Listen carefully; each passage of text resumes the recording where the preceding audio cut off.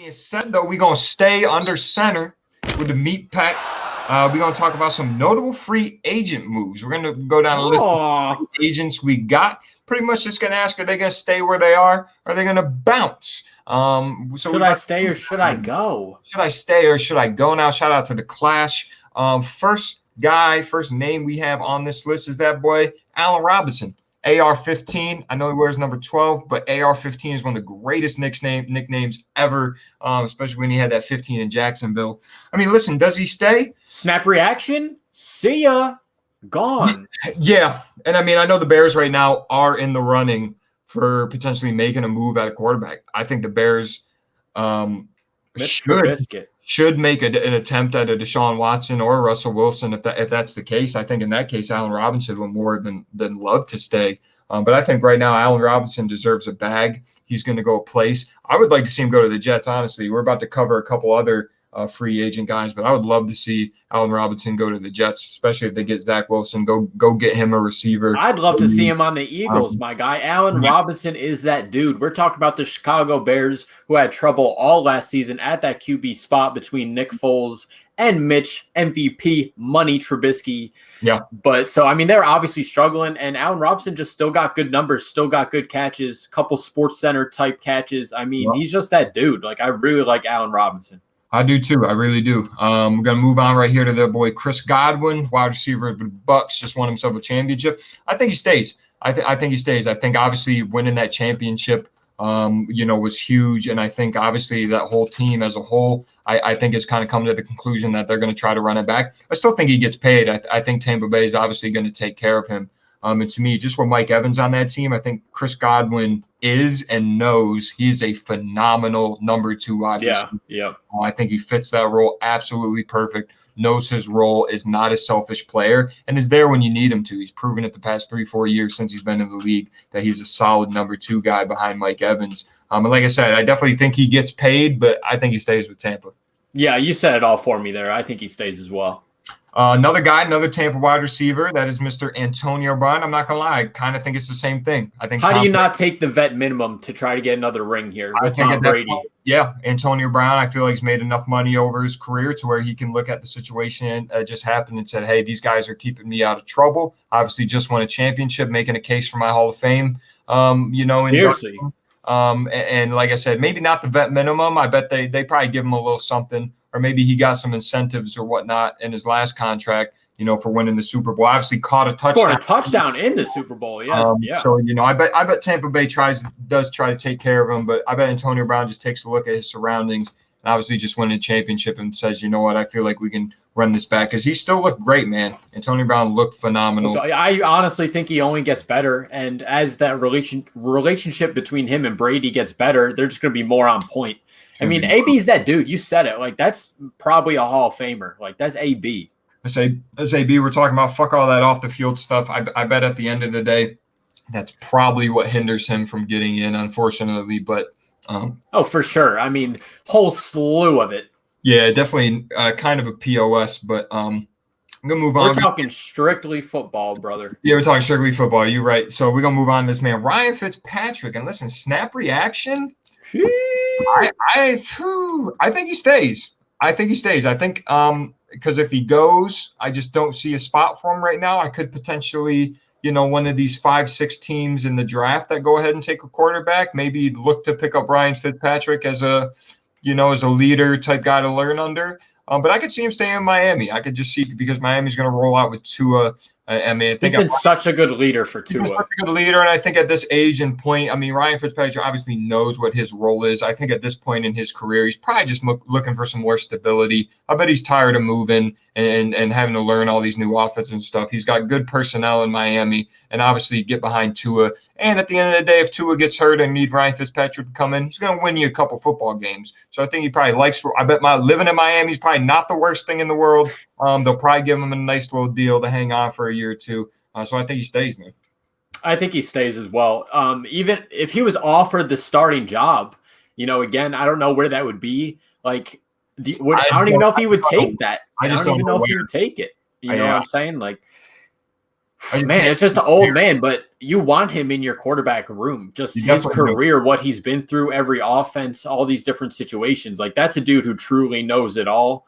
And I think just for an asset for Tua, I think they'd be dumb to get rid of him. Yeah, and so if Ryan Fitzpatrick is on board for that, I think that's a bucket move. I'm going to ahead and go on with another guy, Mr. Cam Newton, who's obviously just in the news a couple of days ago. A little boy at a football camp was talking that mess to Cam Newton. He's talking about, but I'm rich, though. Now, here's my thing. Obviously, very poor year from Cam Newton. Obviously, that whole thing that went down with him and the dude, that kid that was talking shit to him. I'm not going to sit here about to disrespect Cam Newton. At the end of the day, Cam Newton is football royalty. If you ask me, I mean, we're talking about a national championship winner, Heisman winner, was literally Mike Vick, was a 6'6", 260-pound Mike Vick. Obviously had a cannon for an arm, big body dude that would run you over. He was just never able to tighten up on that accuracy, and that's why we've seen a couple really poor years from Cam Newton. I just think at this point in time, I'm not going to lie, I really have to sit down and think, but I don't think there's 32 better quarterbacks in the league than Cam Newton. I'd really have to sit and think. But from a physical standpoint, for sure, it's just you have such a sour taste in your mouth from last season. Absolute stinker. Question here for free agency: does he stay in New England? I say no. I think they're trying to deal him. Yeah, I mean, it depends what kind of deal they'd be looking at. Like you said, depending on whether or not Pats want to look in the draft at maybe round 3 or 4 to bring in a young guy, and like you said, maybe give Cam 3 or 4 starts. I'm not sure where else he would go, but then at the same time, like I said, if I sit down and say are there 32 better quarterbacks in the league than Cam Newton? I don't think so. But I guess I'd really have to sit down and think about that. Big shout out to Cam Newton, though. I want to make sure Cam Newton gets some respect on his name. I don't think you can tell the story of football without bringing up this boy Cam Newton. So I want to just first and foremost, big shout out there. Next up, we got this man Des Bryant. I'm not gonna lie, I just think Des Bryant is done. Just between age, they obviously got brought onto the Ravens, made a little noise happen, but just kind of think it's over, man. Des Bryant obviously had a run in this year for 4 or 5 years as a receiver that was as good as any receiver we've ever seen. Just a hard fall off for him, you know what I mean? I do like me some Des Bryant and whatnot. And, maybe he can stick to a role. Do I see him staying with the Ravens? That's probably the only team I could potentially see him stay with. I agree. Honestly, what's he worth in capital at this point in his career? Absolutely nothing. So it's either he's gonna be just a guy in the locker room, or you're just gonna go ahead and cut him. I do like him. Like I said, the only reason I would potentially see him staying on the Ravens is because they do kind of need some help. I think the Ravens, that's a huge thing that the Ravens need to figure out. But I could see that happen. Des Bryant staying on the Ravens. I'll go ahead and say yes. I can see that happen. Yeah, I'm with you. Next guy we're going to talk about is this boy Dakota Prescott, Dak Slime, staying with the Cowboys. I do think so this year. I think they go ahead and hit him with franchise tag. They're going to BS him for this year. After this year, no, I don't. If he gets hit with a franchise tag, I think Dak Prescott looks to move on. Like I said, I made a crazy take probably week 4 or 5 after he got hurt. Potentially Bears or Broncos might find themselves looking for a Dak Prescott. I could still potentially see that happening this year, but I do think we get one more year of Dak Prescott in a Cowboys uniform. Oh, for sure. I mean, he's just got to get healthy. I mean, Dak is that dude. I've said this time and time again. Dude. There's no way he's staying there. That's it. You think he rides out the next 5 or 6, though? You think? That's a different conversation. Takes care of him. $40 million. How do you not? I mean, he has all the qualities that you want. Huh? I think they would have by now then. I get what you're saying. How could you not? But they haven't. And I think that's just. But also the cap hasn't dropped yet. It's going to be a certain percentage. The actual droppage hasn't occurred yet. So maybe they're just kind of waiting to see what the overall money's looking like. But you're right. They haven't done it yet. So that does raise questions. If he does get hit with the franchise tag, that's about $38 million guaranteed. So I'll fuck around. I'll take that too if I'm Dak Prescott. But I'm Dak, dude. Yeah, I'll be like, what do you want me to do? Yeah, I'll clean the toilets for that much. We're going to move on. This man, Will Fuller, obviously wide receiver out of Houston. I almost just said Texas, but technically, yeah. Do I see him moving on? I do. if he doesn't move on via free agency, I see the Texans potentially pulling off a sign and trade here. Obviously, like I said, the huge thing the Texans are worrying about right now is this whole thing going on with Deshaun Watson. And I think if that happens, the Texans, I think, would look more into just cutting ties with kind of all the stars, all the money guys they have on their team. And so, I mean, to me, Will Fuller is a guy to where if that's the case, they're going to get a lot of capital from Deshaun Watson, obviously, if a trade were to get pulled through. And I think that would be the next best thing for them as I just try to get more, sign Will Fuller to a deal, possibly trade him, look to a team to acquire some more trade capital. But I do like Will Fuller as a receiver. I don't think he's a number one. I think he'd be a great number two. He's the speed guy. He's the go route. Just help that sucker. I could honestly see my overall offseason envisions. People will obviously see our mock draft video.